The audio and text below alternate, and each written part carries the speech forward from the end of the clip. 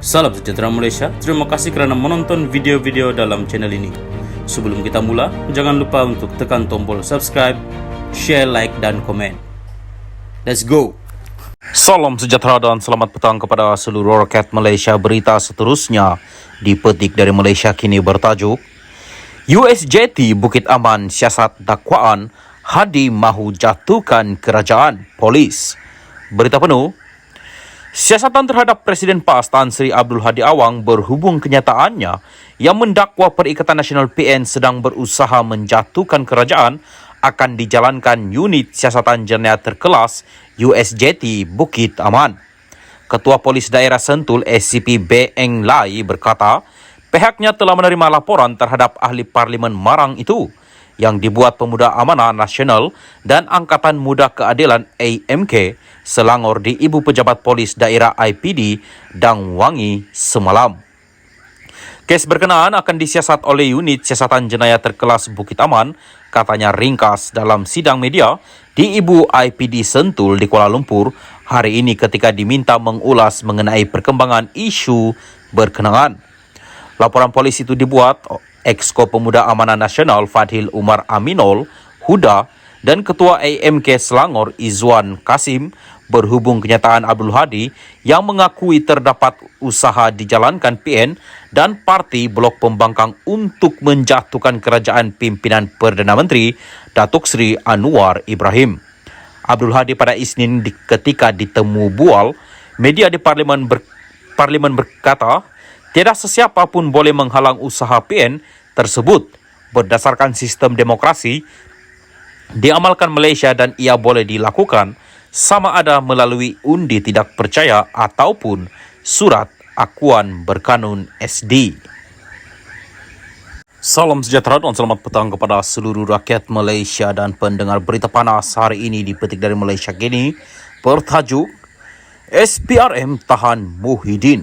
Berita penuh.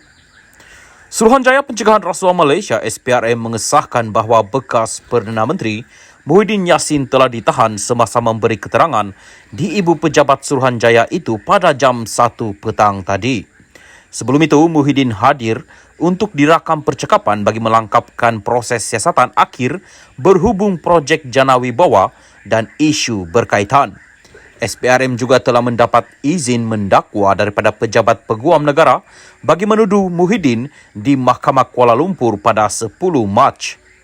Muhyiddin yang juga Presiden Bersatu bakal menghadapi beberapa pertuduhan mengikut Seksyen 23 Akta Suruhanjaya Pencegahan Rasuah Malaysia SPRM 2009 dan Seksyen 4-1B Akta Pencegahan Pengubahan Wang Haram, Pencegahan Pembiayaan Keganasan dan Hasil daripada Aktiviti Haram AMLA TFPU AA 2001 peti kenyataan Suruhanjaya itu.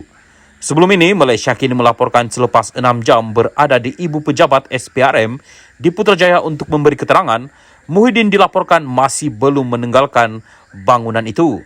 Tengah hari tadi, Ketua Pesuruhjaya SPRM Azam Baki mengesahkan Muhyiddin yang juga adalah pengurusi Perikatan Nasional akan didakwa esok.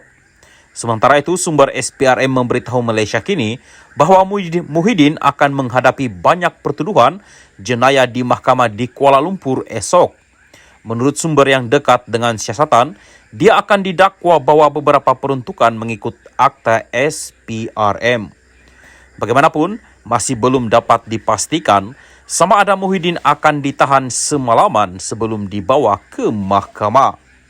Terdahulu, Muhyiddin tiba di Ibu Pejabat SPRM kira-kira jam 11.15 pagi tadi.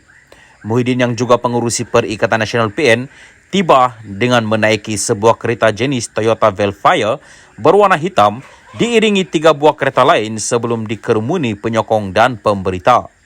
Muhyiddin yang turun berjumpa penyokong turut disambut dengan takbir dan slogan hidup-hidup beberapa kali dan berselawat sebelum diiring penyokong untuk masuk ke Ibu Pejabat SPRM.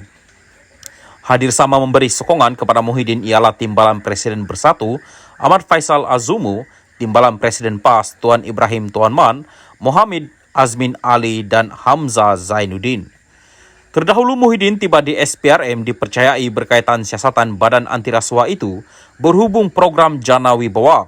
Muhyiddin akan menghadapi beberapa pertuduhan jenayah di mahkamah esok, menurut sumber SPRM yang memberitahu Malaysia Kini. Sejak pertengahan bulan lepas, beberapa pemimpin bersatu telah dihadapkan ke mahkamah. Pada 21 Februari, Ketua Penerangan Bersatu ketika itu Wan Saiful Wanjan berdepan dua pertuduhan meminta dan menerima rasuah RM6.9 juta pada 2022. Beberapa pertuduhan juga dikenakan terhadap timbalan Ketua Bersatu segambut Adam Radlan Adam Muhammad. Menurut SPRM, pertuduhan-pertuduhan itu berkaitan skim Jana Wibawa, inisiatif yang mempercepat penyampaian projek bagi merangsang pemulihan ekonomi selepas COVID-19. Turut didakwa Teo Weng Cheng yang menjalankan perniagaan di kawasan Pago, kebetulan kubu kuat Muhyiddin.